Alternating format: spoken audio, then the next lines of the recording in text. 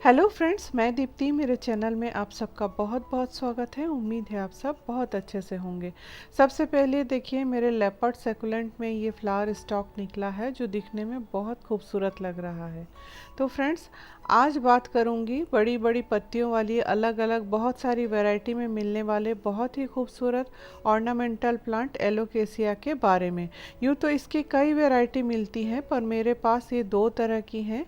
एक ये elephant year alocasia और दूसरा है एलोकेसिया कुकुलता। इसे बुद्धास पाम भी कहते हैं।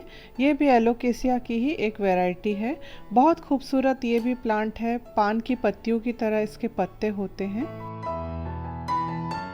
एलोकेशिया के जितने भी प्रकार के प्लांट हैं ना, वो सभी बहुत खूबसूरत होते हैं। ज़्यादातर एलोकेशिया प्लांट के पत्ते बड़े बड़े होते हैं और कुछ एक एलोकेशिया के प्लांट ही ऐसे हैं जिनकी पत्तियां थोड़ी छोटी होती हैं। मेरे इस प्लांट में भी आप देख सकते हैं डार्क ग्रीन कलर की चमकीली इसकी पत्तियां होती हैं और उसमें देखिए ऐसे वाइट धारियाँ बनी होती हैं जो दिखने में बहुत खूबसूरत लगती हैं और इस प्लांट को बहुत खूबसूरत बनाती हैं। इसे बहुत बड़े पॉट की ज़रूरत नहीं होती है। मीडियम पॉट में भी ये बहुत अच्छे से चलता रहता है। मेरे जो ये प्लांटर आप देख रहे हैं, ये 6 इंच के प्लांटर में लगे हुए हैं और कई सालों से चल रहे हैं इसमें। इस प्लांट के लिए सॉइल मिक्सचर की अगर बात करें तो इसे वेल ड्रेन पोरस मिट्टी पसंद होती है, क्योंकि इस प्लांट की रूट्स राइजोम की तरह से होती हैं। तो मिट्टी सौगी होने से या पानी रुकने से उस राइजोम के सड़ने, गलने और फंगस के अटैक हो जाने के चांसेस रहते हैं, जिससे कि पौधा मर भी सकता है। तो इसलिए इसकी मिट्टी ऐसी होनी चाहिए जिसमें पानी ज़्यादा देर तक रुका ना रहे। मैंने जो मिट्टी तैयार की है इसके लिए, वो है एक हिस्सा गार्डन सॉइल, एक हिस्सा वर्मी कंपोस्ट और एक हिस्सा रेत का। इन तीनों चीज़ों को मिलाकर मैंने इसके लिए मिट्टी तैयार की है। इससे बहुत ज़्यादा फर्टिलाइज़र की भी ज़रूरत नहीं होती है। एलोकेसिया प्लांट्स के लिए धूप या लाइट की अगर बात करें तो इसे शेडी परंतु ब्राइट लाइट एरिया बहुत पसंद आती है। बहुत ज़्यादा तेज़ धूप होने से इसकी पत्तियां झुलस जाती हैं। मेरे पास एलोकेसिया के काफ़ी सारे प्लांट्स हैं और ये अलग अलग जगह में रखे हुए थे, कुछ छत में भी रखे हुए थे।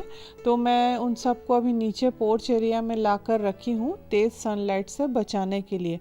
बहुत ठंडा मौसम भी इस प्लांट्स को बहुत ज़्यादा पसंद नहीं आता है और ठंड के मौसम में ये अपने डोरमेंसी पीरियड में चला जाता है और फिर फरवरी मार्च के आते आते इसमें फिर नई ग्रोथ शुरू हो जाती है, नई पत्तियां निकलने लगती हैं। और यही सही समय होता है इस प्लांट की मिट्टी में फर्टिलाइज़र ऐड करने का। फर्टिलाइज़र के रूप में हम इसमें गोबर की खाद या वर्मी कंपोस्ट को डाल सकते हैं, और नहीं तो मिक्स जो कंपोस्ट आता है, जैविक खाद, उसे भी हम इसमें दे सकते हैं। और इसके अलावा जब मैं लिक्विड फर्टिलाइज़र बनाती हूँ दूसरे और प्लांट्स में देने के लिए, तब मैं वो लिक्विड फर्टिलाइज़र इसकी मिट्टी में भी डालती हूँ। वाटरिंग की बात करें तो इसे ना तो बहुत ज़्यादा गीली मिट्टी पसंद होती है और ना ही बहुत सूखी मिट्टी, इसलिए वाटरिंग इसमें मॉडरेट ही करनी चाहिए।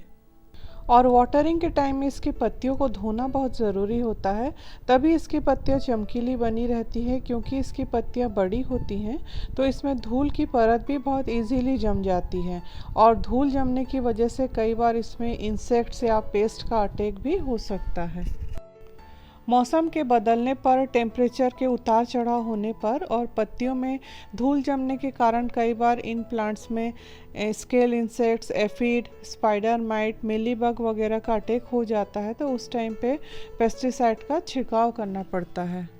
आप देखिए, ये एक फूड कंटेनर में लगा हुआ है और बहुत अच्छी इसकी ग्रोथ हो रही है। एलोकेसिया का प्रोपगेशन बहुत इजीली किया जा सकता है। मदर प्लांट के साइड से देखिए इस तरह से छोटे छोटे बेबी प्लांट निकलते हैं, इन्हें निकालकर नया प्लांट बना सकते हैं। इसके अलावा इसके बल्ब नुमा रूट्स को मिट्टी में दबाकर भी नया प्लांट तैयार कर सकते हैं। इसके रूट्स के टुकड़े अगर कहीं मिट्टी में रह जाए तो उससे भी नया प्लांट कई महीनों बाद भी निकल आता है। तो इस तरह से थोड़ी बहुत देखभाल के साथ में इसे आप अपने गार्डन में ज़रूर शामिल कीजिए फ्रेंड्स।